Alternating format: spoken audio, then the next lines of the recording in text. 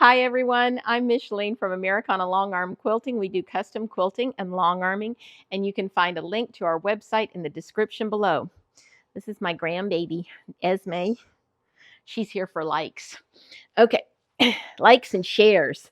Okay, so today we are doing a how-to video, and we're going to talk about how to put something on point. We're going to get into all the nitty-gritty, all the stuff you need to do, and the things that you need to know. So I hope you'll join us for that journey.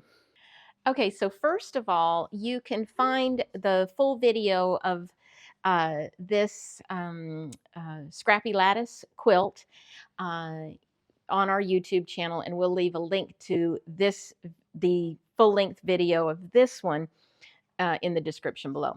All right, so first of all, what is on point? How does it differentiate from a normal quilt that has horizontal or vertical rows? Well, these rows are diagonally placed. So in this particular instance, I've got just one block here, and that's my row 1. Then I have 3 here, and that's row 2. Oops, I'm going to lose one. Get back up there. So anyway, 3, 4, 5, 6, 7, 8, 9, 10, 11, 12, and 13 rows in this particular on point quilt. It is also going to have rows of sashing in between it.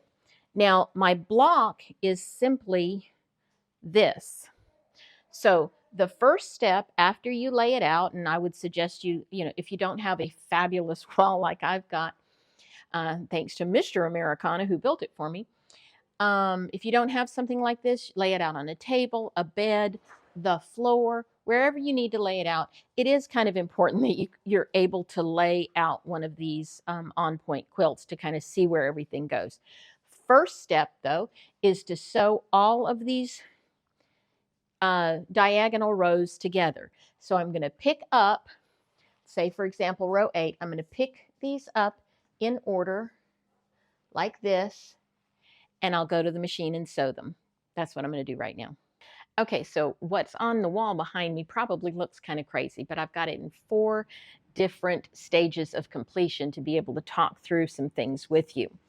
Okay, so the first or the last thing that we did was to sew our block pieces into the diagonal rows. Now, the next thing you'd think we'd do is to put the sashing on. We've got one more step before we can put the sashing on, and that's to add our side set-in triangles and our corner set-in triangles. Now, here's the formula, and don't worry about writing this down. It's going to be on a free PDF on our website. You can find a link to that in the description below, but here it is. To do the side set-in triangles, you take the size of the block, which in our case is 4.5 inches, and you multiply it by the square root of 2. I know, if you're like me and math is not your jam, your head just exploded. The square root of 2 is 1.414, and then a lot of numbers that you don't need. So you do 4.5 times 1.414. And then you add 1.5 inches. Now, I will often add, like, round up the number and then add the 1.5 inches. I add a little bit more than the 1.5 inches. That way, it's a little bit bigger, and I am certain that I'm going to have more than 1/4 inch here where this intersection is. That way, I'm sure that I can cut it down to 1/4 inch from that intersection and not cut off my points. So I give myself a little extra. All right, so once you get your block cut, you're going to cut it diagonally twice. So each block that you cut is going to be 4 side set-in triangles. Now here's the secret, and this is why you do it this way. Because if you do it that way, the straight of grain is now on the outside, which is super important to keep your quilt from going like this. These 2 sides are on the bias, so be careful with them, but you really need that straight of grain on the outside. Now let's turn our attention to the corner square triangles. So you take this block, which now with the 2 sashings on it, this is 8.5 inches. you divide that by the square root of 2. So you take 8.5 divided by 1.414, and then you add another inch. And then you cut that one in half once. So 2 blocks will get you all of your corner set in triangles. Now on this particular quilt, because I didn't have sashing on, I didn't have side sashings, because remember we do the side and corner set in triangles prior to putting the sashing on. Because there was no sashing on either side of this block, it was 4.5 inches. So we've got a wee tiny little triangle there and a larger one here. But the straight of grain is now here, and this is on the bias. Okay, so that's the whole secret behind your side set in triangles and your corner set in triangles. Not hard. Next step would be, of course, sewing all these pieces on there. There they are, sewn on. Okay, now the next step would be sewing on your sashing. And that includes this row too. Don't forget to do that one. So we're going to put sashing in between each of these sections, okay? And you can see I have sashing on both sides of this one. You don't have to do that in the middle, but as you, hi, Atlas. Atlas says hi. If you look right here, this is a shorter spot than that is. Get my arm out of your mouth. Go on. He's still such a puppy. He is a year old and he's huge and he's all puppy. So this part is shorter than that part.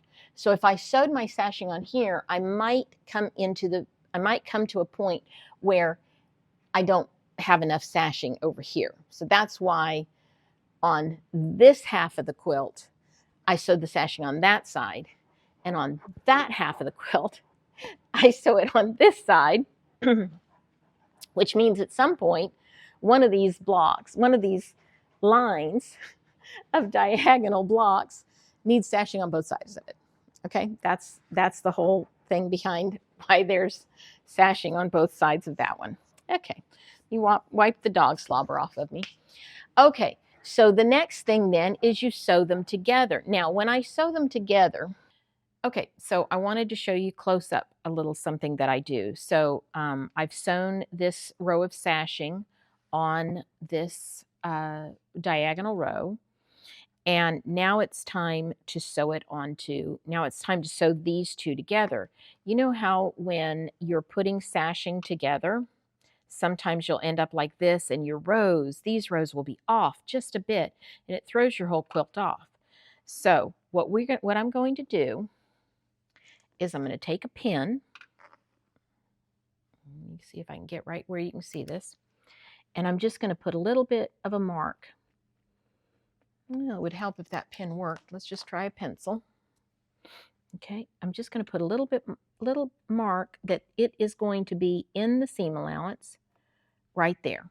Okay, and those are the only two that I need to worry about in this particular instance. Okay, now when I go to put these together, okay, let me turn it around so I can see it, and still you can. I'm going to make sure that those marks are right where this other row of sashing is. And I'm going to put a pin there. And I'm going to put a pin on this side. Okay. And I'm going to do that to this next one too. Put my pins down here so I can reach them. Okay. Like so. And find that other one. Okay. And then I'm also going to put a couple more pins in along here just to make sure that everything is not stretching or running away from where it's supposed to be.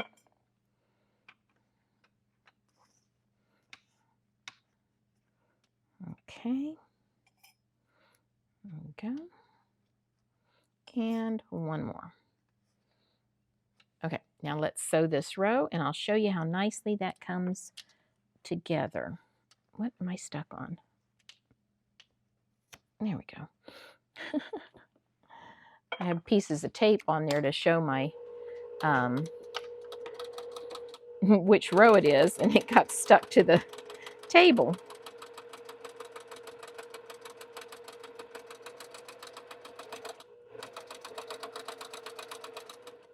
I am running over my pins, but my stitch is long enough that it's not, now that pin might get hit, that I'm just going over just the tips, and the needle is not hitting my pins. Does that make sense? Okay. Let's see how we did and see if those points are coming together really nicely. Flip this way. And look at there. See how nicely they came together? That lines up just perfectly. It's a little bit hard to tell that they're lining up just right with this busy of a sashing, but they are lining up very nicely, and it just took a second to make that little mark. All right, let me get the rest of the quilt put together. I've got her all pieced together, and now it's time to trim it down. I've done 3 sides. I'm on the last side. My intersections are these intersections right here, and I want to put my ruler at a fat 1/4 of an inch on all of those spots. Let me get down here. Takes a little bit of fiddling. There, that's kind of where I want to be. I'm going to use my antique iron to hold that down. Okay, and then I'm going to also go this way and finish that corner. All right, well, I got it done. I love the way it turned out. I think this was a great quilt to show you a little how to set something on point, because it does have such strong diagonal lines. So it really took this quilt to the next level to put it on point. It would have looked nice with horizontal lines, and in this case, vertical and horizontal lines.